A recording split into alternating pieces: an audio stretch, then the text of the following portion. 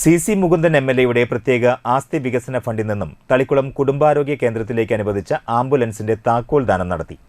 തളിക്കുളം കുടുംബാരോഗ്യ കേന്ദ്രത്തിൽ വെച്ച് സംഘടിപ്പിച്ച ചടങ്ങ് നാട്ടിക എം.എൽ.എ സി മുകുന്ദൻ ഉദ്ഘാടനം നിർവഹിച്ചു.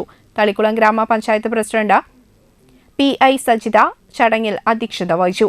വാഹനം, ഇൻഷുറൻസ്, GPS രജിസ്ട്രേഷൻ, ടാക്സ് എന്നിവ ഉൾപ്പെടെ 13,82,761 രൂപയാണ് ഭരണാനുമതി ലഭിച്ചത്.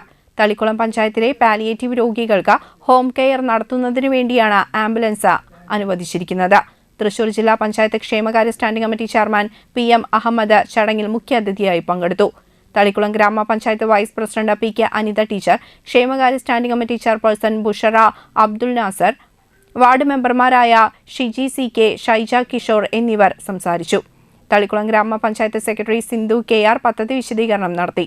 ജീവിതശൈലി രോഗങ്ങളുടെ സർവേ നടത്തുന്ന ശൈലി ആപ്പിന്റെ 2ാം ഘട്ട സർവേ ആദ്യം പൂർത്തീകരിച്ച ആശാ വർക്കർമാർ വനജ, ഏറ്റവും കൂടുതൽ ആളുകളെ ചേർത്തിയ ആശാ വർക്കർ വിനിജ എന്നിവർക്ക് പ്രോത്സാഹന സമ്മാനം നൽകി.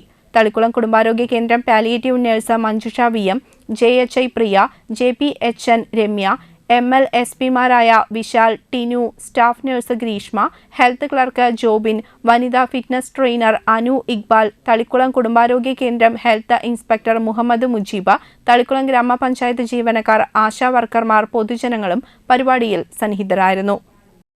ഞാൻ എംഎൽഎയായി വരുന്ന സമയത്ത് മുട്ടുകുത്തിട്ടുള്ള സമരമായിരുന്നു അവിടെ ചില പ്രവർത്തകർ ചെയ്ത്. മുട്ടുകുത്ത അതിന്റെ ചോര മുട്ടൊന്ന് കളയാം.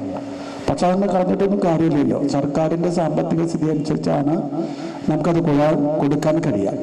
അപ്പോൾ ഒരു അപകടസ്ഥിതി വരുന്ന നമ്മുടെ ഈ മണപ്പുറം പ്രദേശത്ത്, പ്രത്യേകിച്ച് ദിവസം ചെല്ലുന്നതോറും വികസനങ്ങൾ വർദ്ധിച്ചുകൊണ്ടിരിക്കുന്ന പ്രദേശം, ഏത് സമയത്തും അപകടങ്ങൾ നേരിടാൻ ഒരു വിഷം തീണ്ടി അതിന് പരിചരിക്കാനാവശ്യമായി നമ്മൾ കൊടുങ്ങല്ലൂർ താലൂക്ക് ഹോസ്പിറ്റലിൽ കൊണ്ടുപോകണം, അല്ലെങ്കിൽ ചാവക്കാട് ആവാം, അല്ലെങ്കിൽ തൃശ്ശൂർക്ക് കൊണ്ടുപോകും. നീണ്ട യാത്ര നടത്തിയിട്ട് അതിനെ നമ്മുടെ രോഗിയെ സംരക്ഷിക്കണമെങ്കിൽ, രക്ഷിക്കപ്പെടുത്തണമെങ്കിൽ. അപ്പം അതൊക്കെ ഒരു മനസ്സിൽ ഉള്ളത് കൊണ്ടാണ് നമുക്ക് ചില പ്രധാനപ്പെട്ട ചില കാര്യങ്ങൾ അടിയന്തരമായി ചെയ്തു തീർക്കാൻ കഴിയുന്ന കാര്യങ്ങൾ എന്തൊക്കെ ചെയ്യാൻ കഴിയുമെന്ന് ആലോചിച്ചത്.